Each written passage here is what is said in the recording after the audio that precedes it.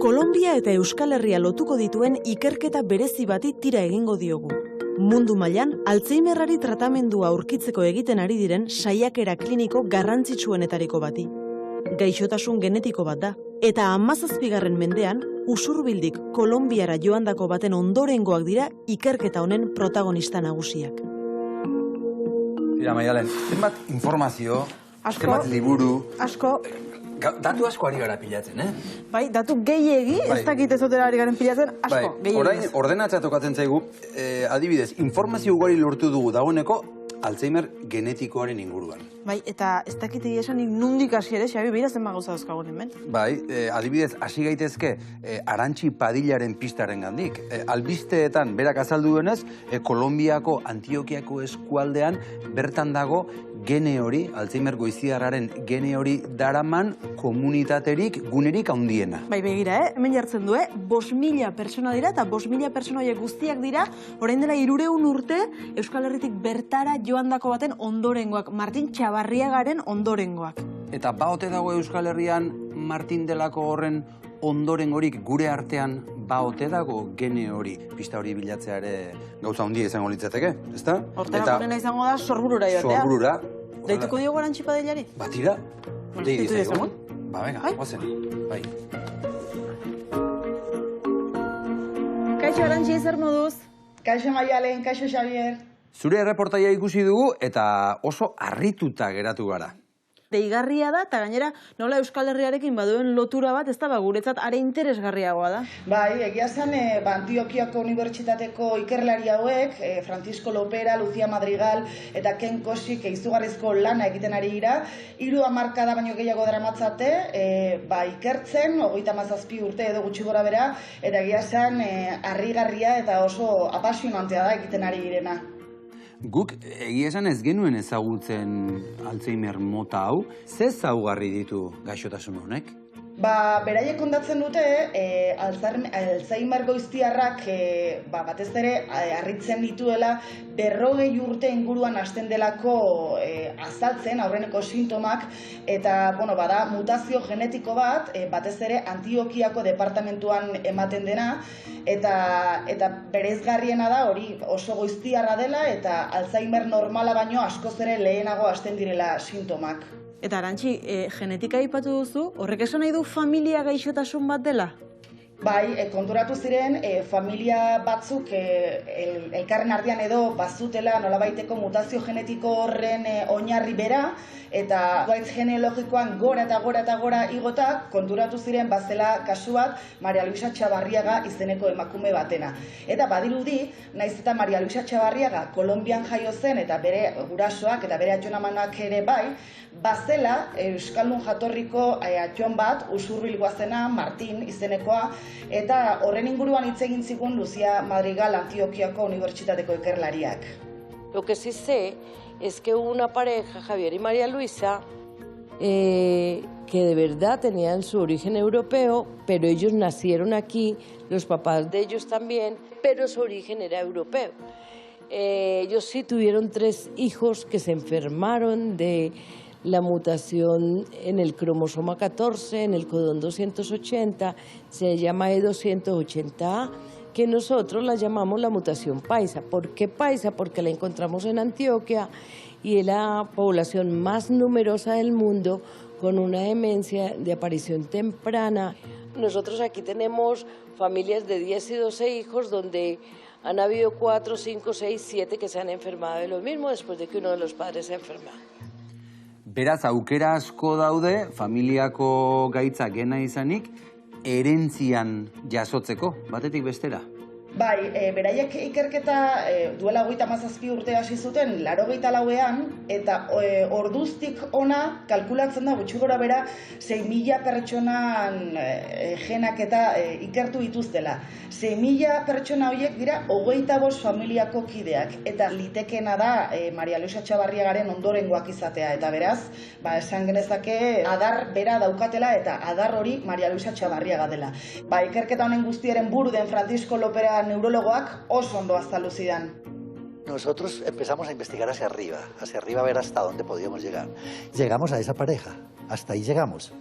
Llegamos a esa pareja, de esa pareja pudimos encontrar 3 hijos, y de esos 3 hijos sabemos con seguridad que descienden 13 familias. Suponemos que las otras 12 familias, porque son 25 grandes familias, también vienen de otros hijos de esa pareja que no pudimos encontrar.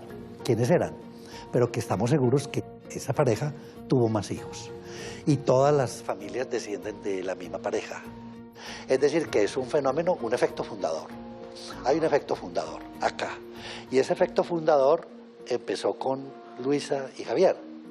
Eta, Arantxi, familiakoa da, denak senideak direla dirudi, eta nola garatu da gaitza? Badirudi denek sorburu berdina dutela, eta aipatu ziguten gauza garrantzitsu bat da, ikusi dutela geroz eta gazteago hasten direla sintomak izaten. Eta bueno, hasiera batean 40-44 urte inguruan hasi daiteke aurreneko sintoma horiek Alzheimer goiztiarrarekin, baina konturatu dira belaunaldiz belaunaldi sintoma horiek aurreratzen joan direla.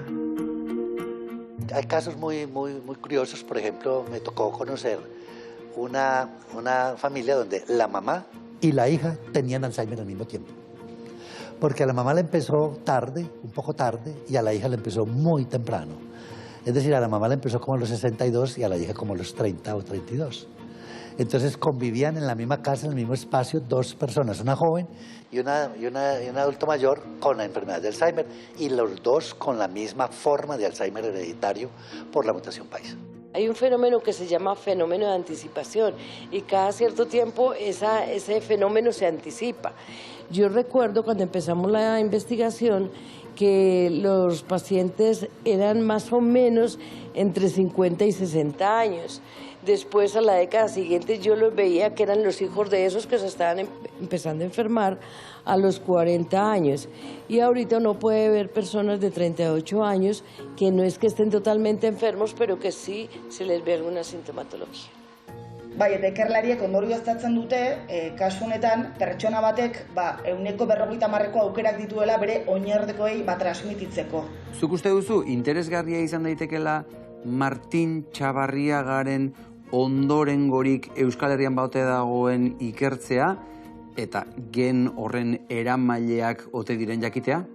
Nik uste gainea, beraiek argi eta garbi esan zidaten oso interesgarria izango litzatekeela ikustea eta ikertzea Euskal Herrian hori Txabarriagatarren familia horietan badagoen edo ez Alzheimer goiztiarra duen mutazio genetiko hori, ez? Eta beraiek egia esan oso interesatuta zeuden ikerketa hori aurrera eramateko. O sea, debería haber alguien allá afectado con eso.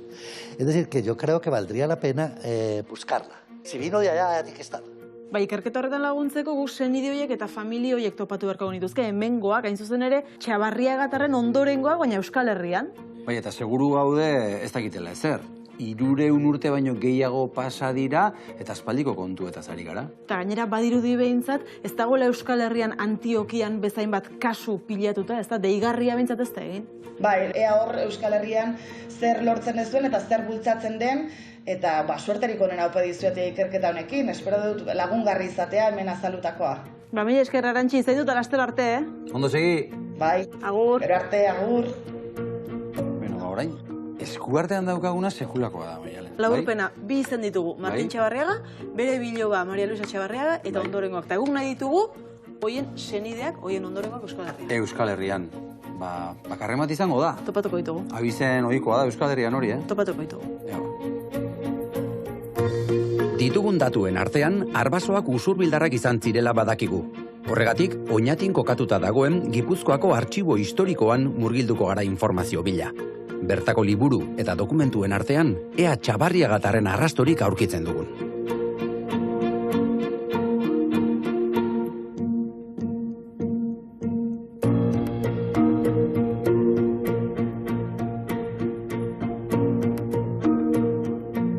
Martin de Txabarriaga baten bila gabiltz. Badakigu Kolonbian existitu zela, noizbait, baina Euskal Herrian badaukagu haren arrastorik? Egia esan da, hasieran oso datu gutxi daukagu. Ia bakarra da izen bat, eta izen horrekin moldatu behar gea informazioa topatzeko. Izena badaukagu. Bai, izena badaukagu eta badaukagu beste faktore bat oso importantea. Badaukagu garai bat eta data bat. Horrek ematen digu pista desente. Etxearen izena bai, ezta? Etxabarriaga edo Etxebarriaga izeneko etxearen arrastoa bai. Bitu, suerte handia izan dugu alderdi hortatik, ze topatu dugun etxe bakarra. Topatu dugu Usurbilen, Zubieta auzoan, Etxebarriaga izeneko baserri bat.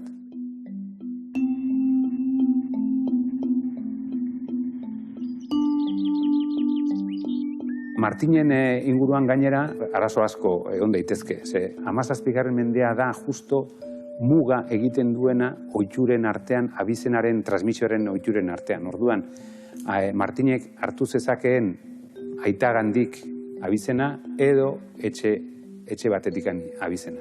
Orduan, hor arazoekin topatu beha eta azkenean erabaki dugu Etxebarriaga etxean jabeak zirenek izan zitezkela benetan Martinen arbaso zuzenak. Eta horrek ematen zigun ja, gero, gora, kuteko bidea.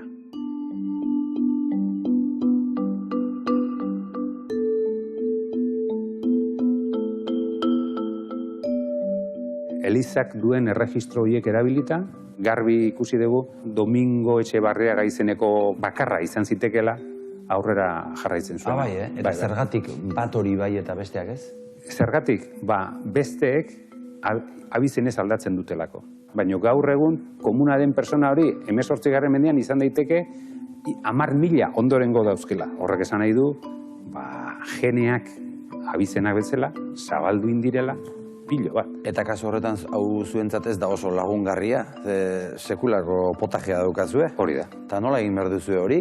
Gure helburua zan bakarrik, gaur egun nola genean azterketak egin dezaketen, nola baiteko parentesko bat bilatzea, hemengo persona batzuek eta Amerikan daudenen artean. Hori izango litzake. Eta momentu honetan ez dakigu lortuko dugun edo ez dugun lortuko? Ez dakigu. Bitartean, ni bokalera etorri naiz, gaitza hurbiletik ezagutzera.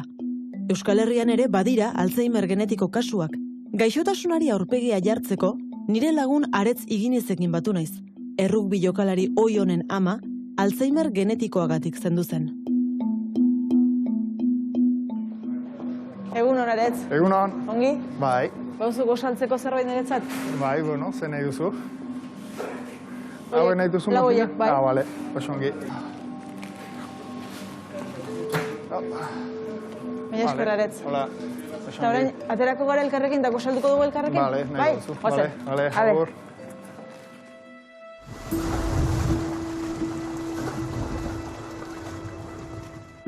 Aretz, ez dakit inoiz hitz egin duzun Alzheimerrari buruz? Jende aurrean, telebistan?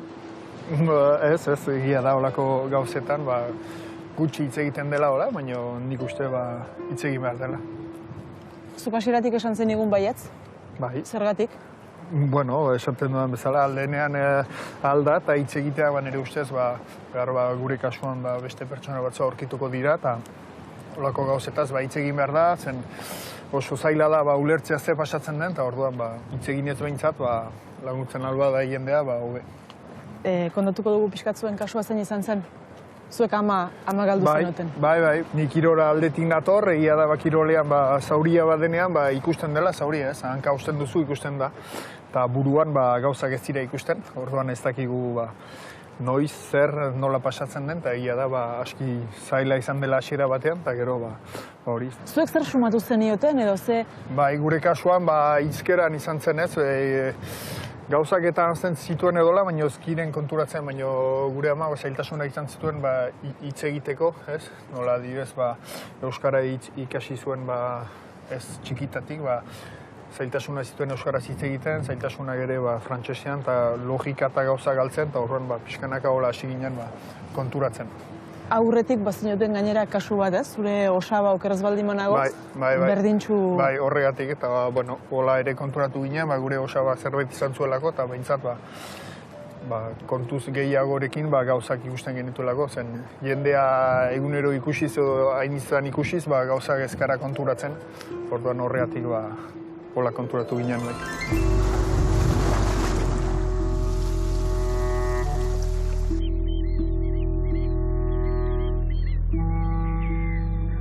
Zuek zer egin zinuten, zehazki, aretz? Zuek nahiko gazteak izango zineten, ala ere? Bai, 30 urte olak zerbait, bai, edo 27, bai.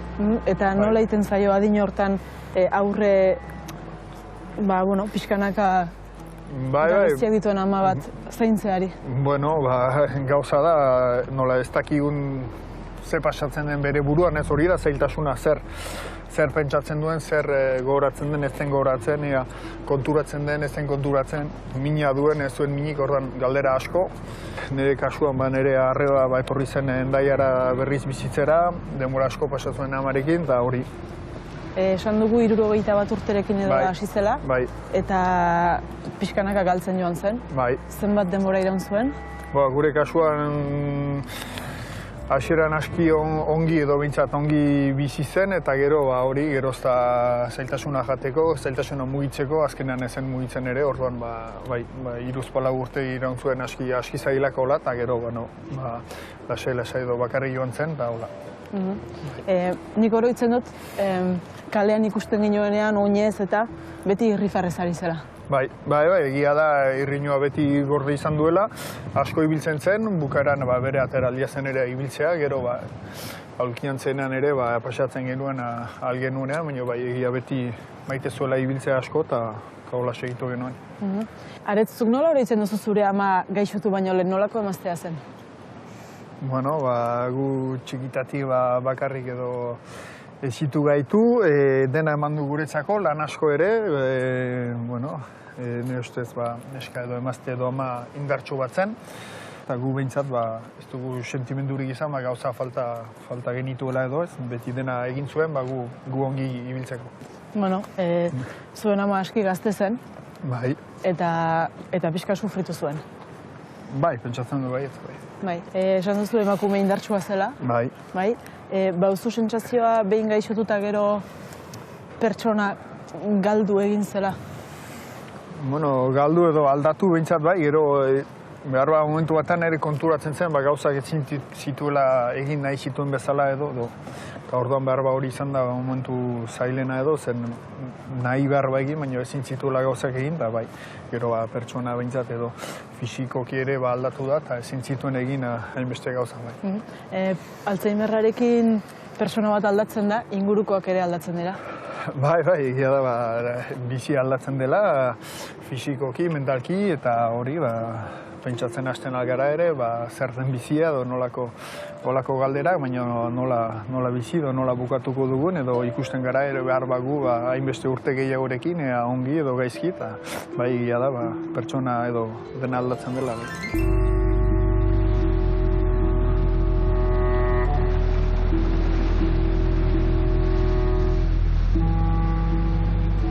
Aretzuen kasuan, zuk proba bat egin dezakezute? Bai. Zuk eta zure arrebak? Bai.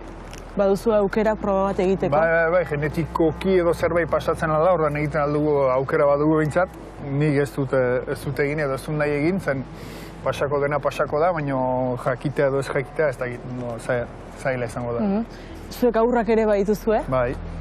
Hor, beti aipatzen da ez, Alzheimerrak genetika kontu bat dela? Bai. Hortaz ez dut pentsatzen, eta ikusiko nola pasako den. Urte gogor batzuk pasatu dituzue, baina ez dakite denbora bat pasatu da, ere, geroztik? Bai. Ez dakitea zerrekin gelditzen den pertsona bat, ez? Azken urte hoiekin, edo hoiek pixkanaka... Ez, bizi guzia edo guk ezagutu duen guzia behintzat dugu buruan, egia bukaeran momentu zailak izan direla, ez da hori bakarrik gorde behar dira, zen biziaren parte dira, baina ez da denaz pentsatu behar, eta gero goroimena edo etortzen da, momentuan zerbait egiten badugu edo norbaitekin balen bagaude, behar hortaz pentsatzen dugu edo zerbaitek oroitatzen gaitu momentu bat edo pertsona bat. Ideala izateke luzaz eta sufritu gabe joatea? Bai, hori da, luzaz, edo horregatik ahalik eta gehien ongi bizi, ahalik eta gauza hobekien egin, zen ez dakigu noiz bukatuko den bizia.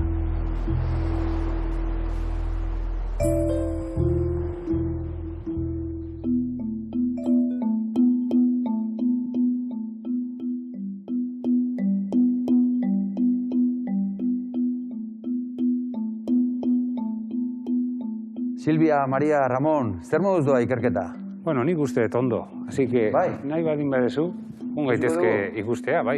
Ba, Ramon, egia esaten nahi baduzu, irrikitan nago, noraino iritsiko garen jakiteko,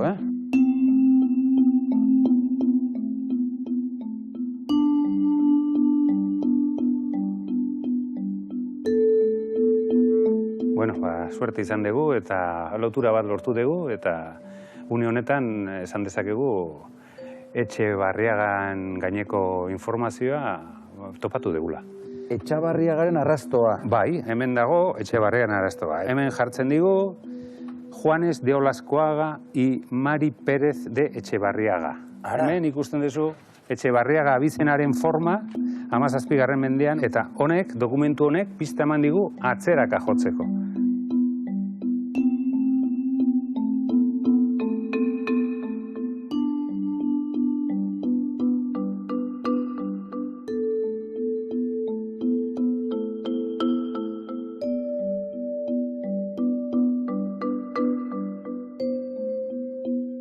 Honek ziurtatzen digu aurreko Martin de Etxebarriagaren ondorengoak direla hauek. Hori da, ondorengoak parienteak.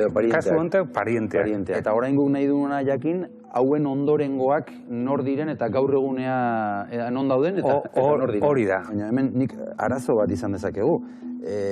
Emakumeak dauka Etxebarriaga abizena eta gizonak Olaskoaga dauka. Eta hemendik aurrera gizonaren abizena hartuko dute ondorengoek. Por supuesto. Eta orduan? Horrela da. Orduan nola dakigu? Jarraitu behar dugu beste abizen bat. Jarraitu behar dugu eta ahaztuko gea eta ahaztuko dugu abizen hori. Abizen hori. Beraz, guk aurkitu behar dugun pertsona edo aurkitu behar ditugun pertsonek behar bada ez daukate Etxebarriagarik lehenbiziko 16 abizenetan edo ez daukate? Ez daukate. Fijo ez daukate badakigu ze generazio honetan familiak ez dauka ondorengorik, gizonezkorik, eta orduan ez dago hori jarraitzerik.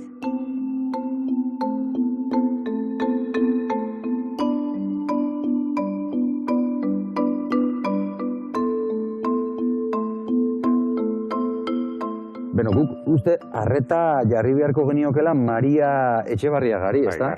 Jarrezagun beregan arreta. Zein da bere historia? Zein da bere egoera momentu honetan? Beraien hitzekin irakurriko dugu eta orduan esaten digute en la noble villa de Usurbil a 25 días de noviembre del año de 1651 ante mí don Francisco de Etxebarriaga, rector perpetuo de la parroquia de esta villa. Orduan, hor badaukagu lehenbiziko elementua. Agertzen zaigu Francisco Etxebarriaga abade bat. Eta gero, aurkezten dira. Entre ambas las dichas partes está tratado concertado que el dicho Juanes de Olascoaga y Mari Pérez de Etxebarriaga, hija natural del dicho don Francisco de Etxebarriaga, orduan badakigu zein dan aita Maria Pérezena, da... Baina esan duzu, parrokoa zela esan duzu orantxe, ez da? Bai, baina abadea izan zuen, berak esaten du, abadea izan baino lehenago izan zuela alaba bat. Txon, barkatu. Gaizkiaren ez ulertzen, beraz, abadearen alaba da, Maria Etxebarriaga. Bai, garaian ez da horren arrazkoa. Hori nola ulertu dezakegu? Garaian ez da oso gauza ezoikoa. Baina ezoikoa izan daiteke aitortzea, ez da berak aitortu egiten du bere alaba. Garaian ez dute horren gaizki hartzen. Fraile eta abaden arteko harreman sexualen gaineko informazioak nahiko era naturalean hartzen dira 17. mendera arte. Eta oso era naturalean hemen bezala, aitortzen dute jakin badakigu Franziskok bere alaba jaio zanean aitortu zuela. Zuzenean dokumentu baten jaso zuela nere alaba izan dut emakumea honengan. Eta jasotzen dute dokumentu baten, eta esate dute, bueno, nik horren beste dirukin lagunduko diot, orain abadea naiz. Orain abadea naiz, beraz, aite izan zenean etzen abadea. Ez dakigu. Detaile horiek beti gelditzen dira airean. Ez dakigu.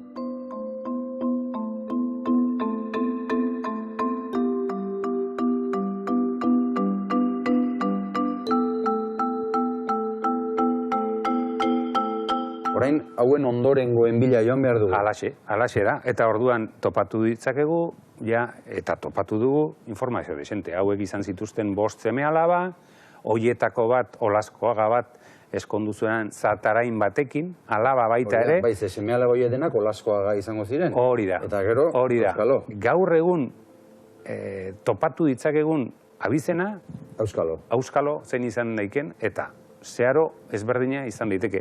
Hor, jarraitu behar dana da, benetan, amaren bidea. Eta amaren bideak suposatzen du abizenetik aldentzea. Ze horrek ziurtatzen digu genea emakumeekin dijoala. Eta orduan, hori, adar hori jarraitu behar dugu. Ez da adar genealogiko puro bat, nolabait.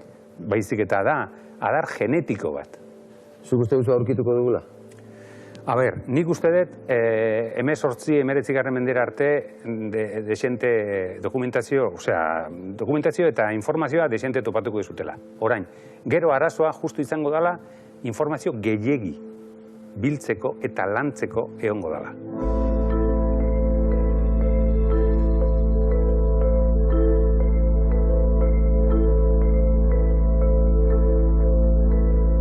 Informazio asko eta bitxia batu ahal izan dugu Txabarriaga familia ardatz harturik. Baina gure pausoak zehaztea falta zaigu.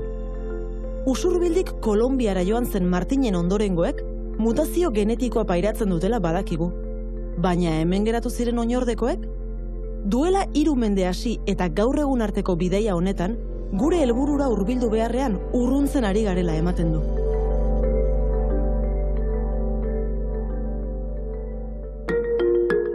Ondo ezagutzen dut Maialen, eta badakit ezerk ez diola gogoak entzen. Nik artxiboan eman diguten informazioaren bitartez Txabarriaga sendiaren baserria aurkitzea lortu dut. Usurbilen kokatua dago, jaiotetxearen izenak ematen omen digu euskal abizena, eta Etxeberriaga izeneko baserriaren nondik norakoak ezagutzeko presnago. Josu Tellabide, etnografoa. Bueno, ongi etorri eta eskerrik asko gure deiari erantzeteagatik.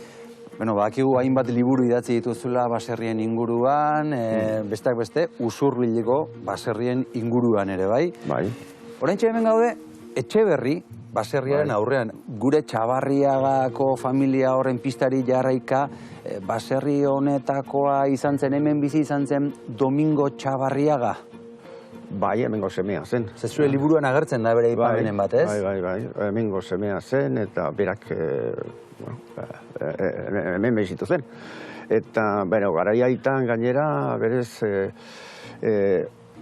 basarri hau boteretsua zen, ematen dunez, eta honen terrenotan bai, honen lurretan egin zen Zubietako Eliza, berria, Santiago Eliza, deitzen dena, honen lurretan egin zen. Beraz indarra zeukan baserriak, ez da? Bai.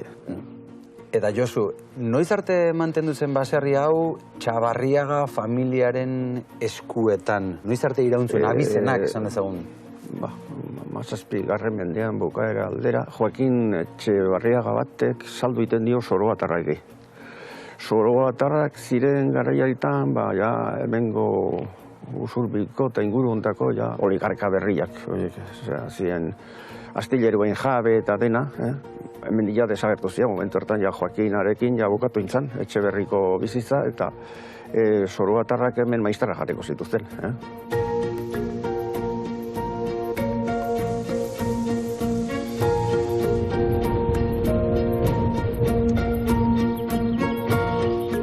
Bakigu, Kolonbian adar bat badagoela, Txabarriatarren adar bat, eta komunitate osoa sortu dela horren ondoren, eta gudakigunez, Martin Txabarriaga bat da, Kolonbian agertzen den lehenbiziko Txabarriagatarra. Eta hori gutxi gora bera, 1700 inguruan. Horrek esan nahi du, Martinen gurasoak etxe honetakoak izango zirela. Martin etxe honetatik joango zela ara? Bai, ziurazki, maten dut, garai berdinean saltzen dutela etxea ere. Jotezian hemendikan komertzioa egitera, Sevillara eta Kadizera eta handik jotezian Ameriketara, baina agintzea jotezian. Inditarrak eta beltzak lana iraztea beretzako. Josu Tellabide, etnografoa, eskerrik asko. Zueiri. Zurekin parte hartzegatik. Eskerrik asko, bai.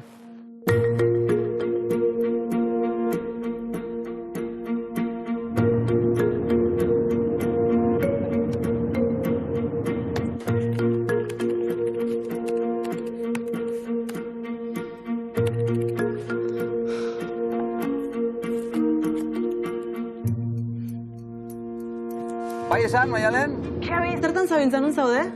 Bakotxean hemen bueltaka? Xabi, Martin Etxebarriagaren ondorengoak aurkitu ditut.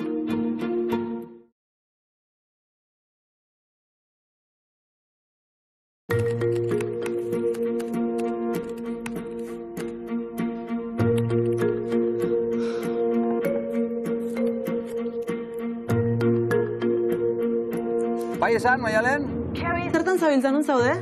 Bakotxean hemen bueltaka? Xabi, Martin Etxebarriagaren ondorengoak aurkitu ditut.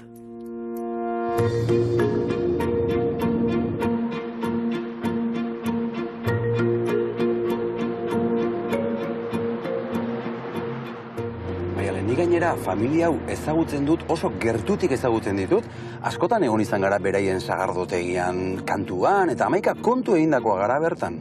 Bai, esango dizut, Xabi, nik benetan uste nuen ez genuela lortuko, oso zaila izan da. Pentsa zenbat belaunaldi etorri diren Martin Etxebarriaga hartatik gaur arte. Eta gero, apaizaren historioa, Xabi, apaizaren alabaren atori horrek ere nola ezkutuan utzi dituen gauza batzuk, kostatu zaigu, asko kostatu zaigu. Baina, Xabi, nik deitu diet, kontatu diet zerbait, zertxo bait, askorik ez, baina kontatu dietan gutxi horrekin oso harrituta gelditu dira, Xabi. Ze gaia delikatua da, Maialen. Bai, pixkatxo bat bai, gero nik uste dut orain kontatuko diegu, kontua zein den, eta beraien arbasoen historioa, eta, bueno, gustatuko zaiela iruditzen zait, Bai, zebeti egiten du ilusioa zure arbasoak nondik datozen, nondik nora ibili ziren jakitea, eta egia esan erromantiko puntu bat ere baduka historia honek, eta hori gustatuko zaie. Nik uste du baietz, leku polita dira, Ara, Maialen, iritsi gara. Hauxe da Usurbilgo Urdaira sagardotegia. Hemen bizi dira Martin Etxebarriagaren ondorengoak.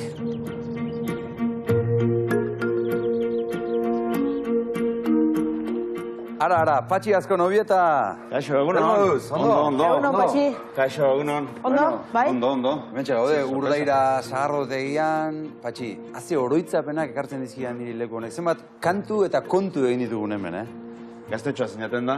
Gaztetxoa. Kontua da, Patxi, gaur ez gatoz gozatzera, edo elkar gozatzera bai, baina dei bat jaso duzu zuek gure dei bat, nola jaso duzu gure deia? Sorpresa ondo jakin zatekan esaten didatena nik ez dakit ezerre. Nere aita zanaien nion ezerre gaitu olako ikan. Orduan, osaba bat ekarria zidet. 80 urtekoa, barruan dago. Bai. Eta denon artean Eta 3 generazio daude hor. Bai, 3 generazio? Bai. Gozen? Gozen, Patxi. Venga. Hau da leku, Maialen? Bai? Hemen zabete zema belaunaldi? 3. 3 belaunaldi. 3 belaunaldi. Bueno. Gaude, osaba batxi, 80 urtekin, telebistan ateatzeko. Prest? Nere naia Jose Joan, Izadi eta Andoni Ilobak. Ez dakit denek badakizuen, baina gugatu zuen arbasoi buruzko historio bat kontatzera. Erreportaia honetan bada pertsonaia bat oso importantea, Maria Luisa Etxebarriaga, kolombiarra. Eta harrigarria ematen du, baina zuekin uste baino lotura zuzenagoa du familiakoa zaretelako.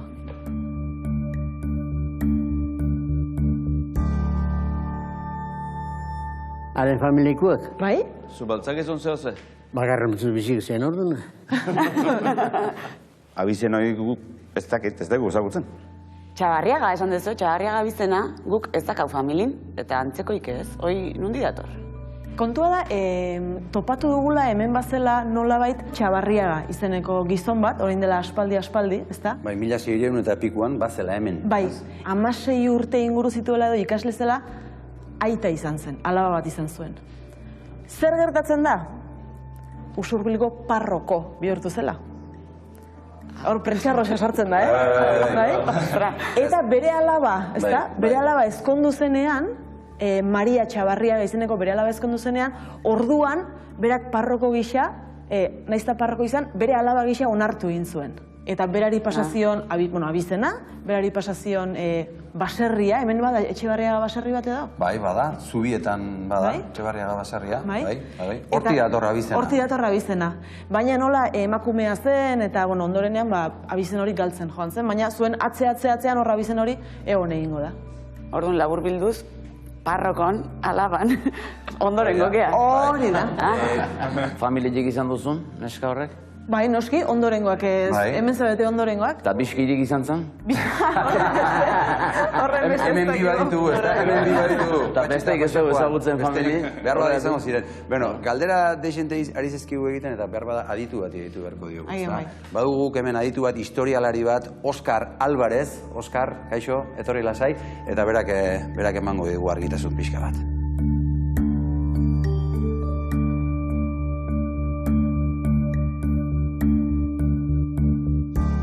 Oskar, jar gaitazu testu inguruan, 17. mende inguruan gaude, zeintzen garai hartako Euskal Herriaren egoera sozioekonomikoa?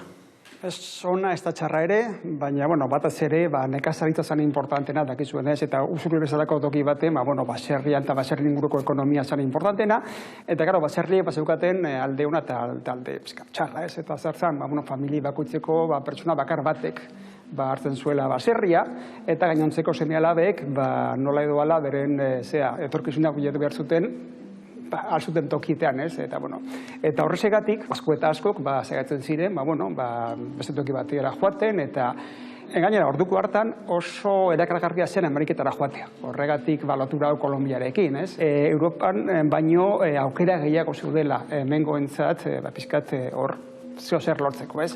Eta besteak beste, Txabarriaga, Martin Txabarriaga izeneko zuen argazotako bat. Beraz, Martin de Txabarriaga balimazen Kolonbiako lehenbiziko Txabarriagatarra, esan dezagun, haren gurasoak Euskal Herrian egongo ziren, baina ez daukagu informazio gehiegi, ez da? Ez daukagu argirik eta problema da, Martinek nonbait, nik edo susmoa, baina Martinek nonbait eskutatu nahi izan zuen bere jatorria. Argi izan zuen bera Oskubildarra zala, hori bai, baina hor eskontza agirian, zaterako ez dago esaten, nortzu ziren beren gurasoak. Eta ez da batero ohikoa. Hor sartuko da igual parrokoan historioa, ez? Paliteke hori izatea.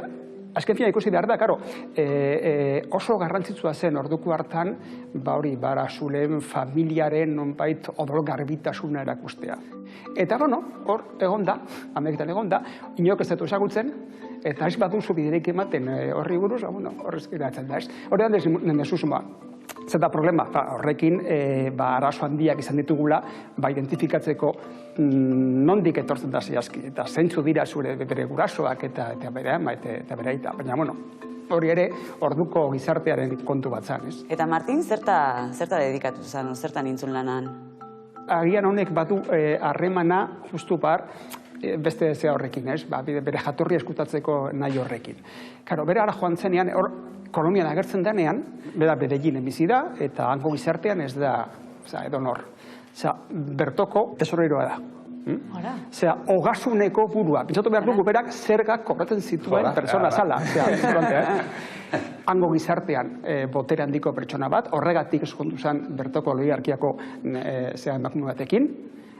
Hortik Amerikak egin zituen, argi dago. Baina, karo, hor bestaldea zegoen, karo, olako postu bat lortzeko administrazioan, balenagotik erakutsi behar zen, hori, zure familian batzeko ez den dugula inolako akatsik.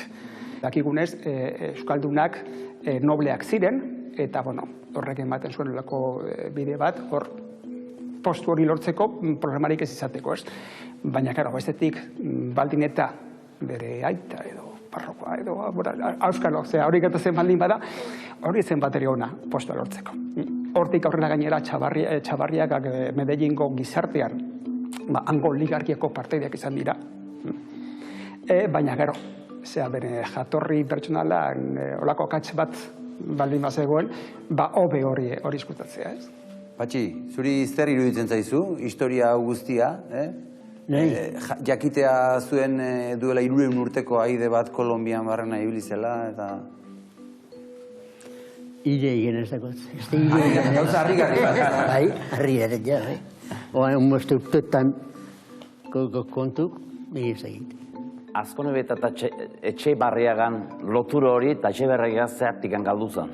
Dakizunez, pizkat abizena nola transmititzen da, pizkat emakumeek galde egiten dutela, gero gurengo belaunaldian, eta hemen gertu zen hori, azkenean, azkenengo etxe berri hartarra, pizkat eskondu zela, azkonobietarra batekin, eta hortik aurrera zuen familia sortzen da. Oseak, Etxebarriaga denak emakumea ziren hemen. Azken unean, bai, horregatik galdu zen hemen abizena, baina, zuek nonbait badaukazu abizen hori zuen arbol genealogikoan hortik. Eta ondoren duguan Maria Luisa Txabarriaga, Martin Txabarriagaren biloba, eta erreportaia honetan hain garrantzitsua den pertsona. Hor, Kolonbian, aspalditik ikerketa bat egiten ari da, hango Alzheimer mota bat badagoela, eta gainera ikusten da hori badokala lotura erantziarekin, genetikoa dela, eta hor aurkitu dute badokala lotura Txabarriaga familiarekin. Eta dirudienez, Maria Luisa Txabarriaga honetatik etortzen da pizkat gaixotasun hori. Eta, karo, hor hasi zen ikerketa, eta ikusita Txabarriaga hauek hemengoa zirela, jarri ziren kontaktuan hemengo ikerlariekin, ikusteko, nondik etortzen da, eta ikusteko era hemendik ere, edo hemen ere, hemengo familiak ere, ote daukan, pizkat gaixotasun berdineko arrastuak historian, eta hori da, pizkat, lortu nahi duguna, ez?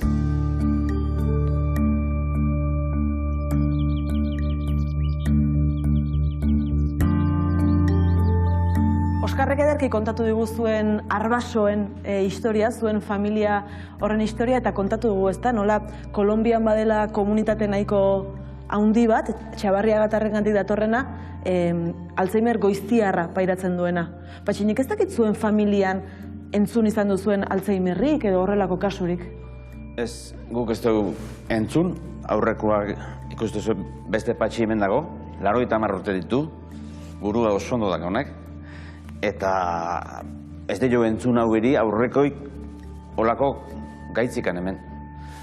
Ez dakit, geroz izango dan, baina ohain momentu mintzat ez. Eta zuk, Patxi, zuk ere aurrekoei edo inoiz entzun izan diezu zerbait, alako konturen bat? Alzheimer kontuk ez. Ezen hori kontuk ez da denbora izaten. Izebare hiltzan 81 urtekin. Izebak honeta? Amairu urtekin, da oso ondo zakan burua. Orduan, Alzheimerra jende asko sufritzen duen gaitza da, eta ez dakit zuek historio hau guztia entzun duzuenean, zuei barruan zerbait mugitu dute zaizuen edo kezkarik sortu zaizuen? Nik ez, nik lasai aurrekotan ez dut ikusi, zerre, orduan ni lasai nago. Baina, pentsatzen jartzezea eta ikustituzunen danak hain ondo, eta hain buruz eta ondo, nahiz da gauza kezkagarri bat izan, alde hortatik lasai nago. Bere kezkatxoa beti mateu. Beti mateu, baina, guk aurrekoak ondo ikusitu du, horrek esan du bezala. Azkeneko gertutik aitona monatari ikusitu goen dela relativamente gutxi jundiala, eta bilak ere buruz oso ondo zeudela juntzian, hasi que... Alde hortatik nahiko lasai gaude. Eta gustatuko litzaizuek jakitea beraz gen hori baote daukazuen bai, ala ez? Nere partetik bai. Neretik bai. Ni adibidez persona kuriosu naiz, eta gustatuko litzaiak egite esan proba itia eta jakitia, genoidak hau da, bueno. Bai, nik egia esan nik ere jakin nahiko nuke. Azken finene bai, modu bat dalako ikusteko, leno esan duen bezala Oskarrek, gure alderdi hontan gen hori garatu da, no ez? Eztabaida ere hor dago, ezta? Batzuk nahiago dute jakin, beste batzuk nahiago dute ez jakin, hori noski zuen esku geratzen den gauza bada.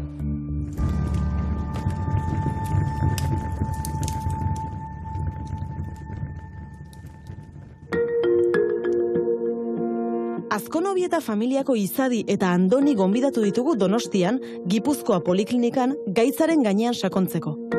Horretarako, Guruz Linazasoro neurologoaren gana jo dugu. Berak, Alzheimerraren alterazio genetikoaren nolakotasuna hobeto ulertzen lagunduko die.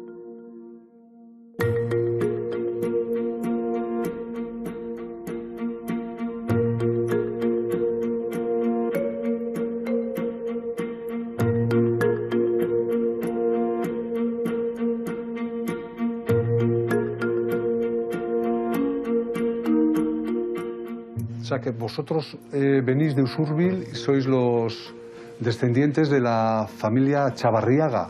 ¿Conocéis la historia de la familia Txabarriaga en en Colombia, en Antioquia, ¿sabéis? Bai, gutxi gora bera, esplikatu digute pixkat, nondik nola dijoan asuntua, eta bai, eta zure iritzia pixka jakineko genuke, eta zuk dakizunare bai. Bien, ya sabéis que allí lo que se descubrió hace muchos años, en los años 80, es que había un núcleo de casos de enfermedad de Alzheimer hereditaria, familiar.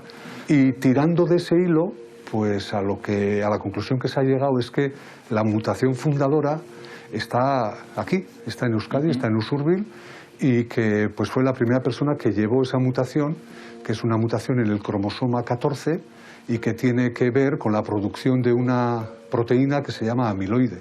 Y este es el origen de esa enfermedad de Alzheimer hereditaria, que está siendo uno de los proyectos de investigación más importantes que hay ahora mismo en el mundo para intentar encontrar tratamientos y soluciones que curen o que frenen o que prevengan la enfermedad de Alzheimer en el futuro. O sea que ya veis cómo son las cosas, ¿eh? No sé, imagino que tendréis preguntas y cosas. Sí. Eta gutxi gora bera zenbat jendek pairatzen du Alzheimer genetiko iztiarrau? En Colombia hay 25 familias, de esas 25 familias hay 6.000 personas ya estudiadas, 1.200 son portadoras de la mutación y solo 200 han contraído la enfermedad. Y luego es una mutación, siempre se dice que las formas hereditarias de enfermedad de Alzheimer, que llevan un poco estas características de que la mutación se transmite de abuelos a padres, de padres a hijos, etcétera, pues afectan a menos del 1% de los casos de enfermedad de Alzheimer. Sin embargo, todos oímos que la enfermedad de Alzheimer, que hay muchas familias que hay más de un caso con Alzheimer. Esto es porque es una enfermedad que la heredabilidad es muy alta, pero eso es diferente a la herencia. La heredabilidad es pues, que probablemente los familiares de personas con Alzheimer tengan un riesgo un poco más elevado que la población normal de tener Alzheimer. Hoi da, horrek esan nahi du, alegia, gure kasun guk ez dakau parienteikan Alzheimerakin, baina, bueno, alare ez dula esan nahi guk ez deula pasako 100% seguru, ez da? Badaka tokatzia, besteik gabe, eta jazta. Hori da, efectivamente. Es decir, el hecho de que una persona no tenga ningún antecedente en la familia no quiere decir que está libre de sufrir enfermedad de Alzheimer. Puede sufrirlo. Es lo que se llama la enfermedad de Alzheimer esporádica, que es muy frecuente. Y en el resto de casos probablemente no haya un único gen. Probablemente haya más de un gen que participa. Hay genes protectores. Por ejemplo, es curioso, pero en estas familias de Colombia hay una persona que se ha mostrado resistente a sufrir la enfermedad. Es decir, tiene la mutación, pero tiene ya más de 70 años y no ha desarrollado síntomas. A pesar de que le hacen pruebas y ven que en su cerebro hay mucho depósito de amiloide, pero no ha desarrollado ningún síntoma. Y es porque tiene una variante de otro gen, que es el gen de la polipoproteína, que es la variante epsilon 3, tiene dos copias de esa variante y eso le confiere una protección especial. Entonces, la importancia que tiene esto es que, tirando de ese hilo, pues igual se puede encontrar algún medicamento que aumente la actividad de esa variante genética y de alguna manera prevenga el desarrollo de Alzheimer. O sea que de esta investigación van a salir cosas tremendamente interesantes.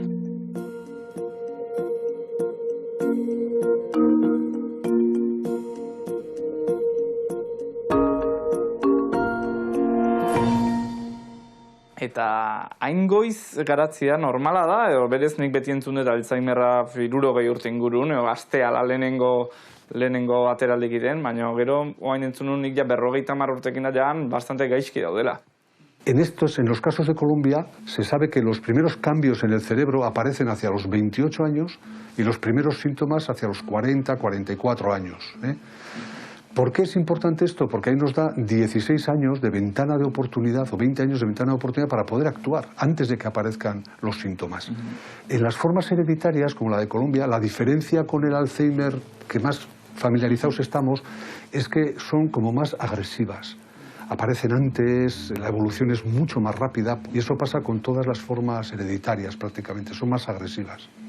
Eta badakigu zergaitik Kolonbian izan da hainbeste pertsonak gaixotasuna mota hau pairatzea, mutazio hau pairatzea?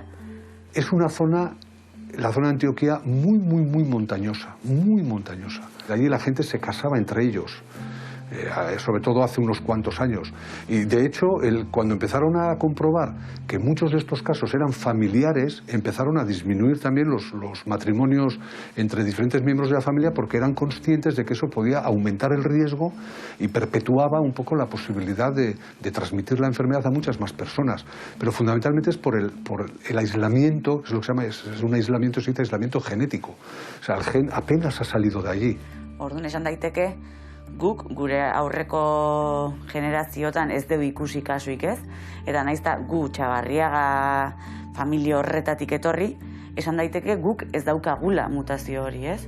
Lo lógico es pensar que la mutación se extinguió cuando con el familiar, con el antepasado vuestro que fue a Colombia, él se llevó la mutación con él y es una mutación que no se ha expresado más en todos estos años en ningún otro miembro de la familia, con lo cual, pues en principio no hay por qué plantearnos cosas, no hay por qué pensar en que tengamos más riesgo, tengáis más riesgo, nada de nada.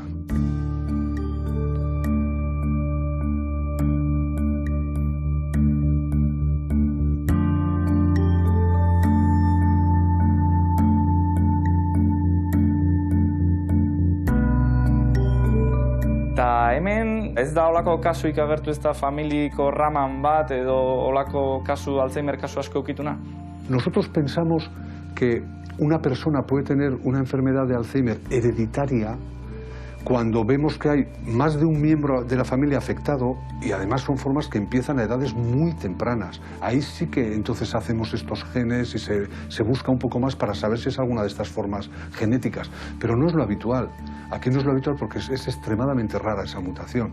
Entonces por eso no se ha profundizado más en el origen y no se ha llegado a buscar más. Probablemente los historiadores hayan hecho una labor mucho más intensa que la que hayamos podido hacer desde la neurología en este caso. Gure kasun, ez dago... Ez da... De hecho, bueno, froga iteko asmoakin etorri gara, baina esan diguzun bezala, ez litzake beharrezko izango, ez da? Nik ez dut uste. Nik ez dut uste. No creo que, vamos, en vuestro caso esté indicado hacer estas pruebas. Otra cosa sería en el marco de estudios de investigación. Para que os hagáis una idea, cuando Lopera empezó con estas investigaciones en el año 84, eran dos personas. Ahora el centro que está en Colombia fijo, está en esa zona de Colombia, en Medellín, son más de 100 personas, más de 100 investigadores y toda la red de colaboraciones que han abierto en todo el mundo. Entonces es un proyecto al que se le está dando muchísima importancia porque puede dar con la clave de la enfermedad de Alzheimer.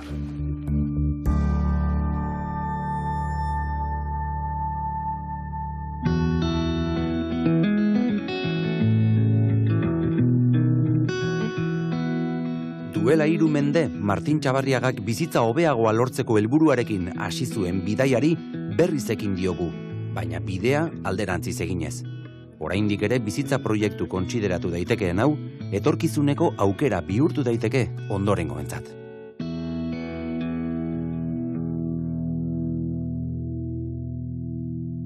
Zesuma ibili gara, gaitzaren ursakonetan, Kolombiaraino joan, ta Euskal Herrira bueltan.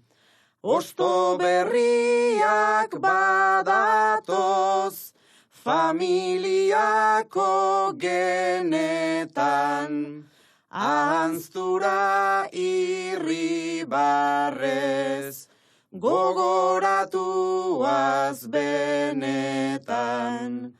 Momentu oro gozatuz, denekin eta denetan. Bizitza aurrera doa, gure oroitzapenetan. Bizitza aurrera doa, gure oroitzapenetan.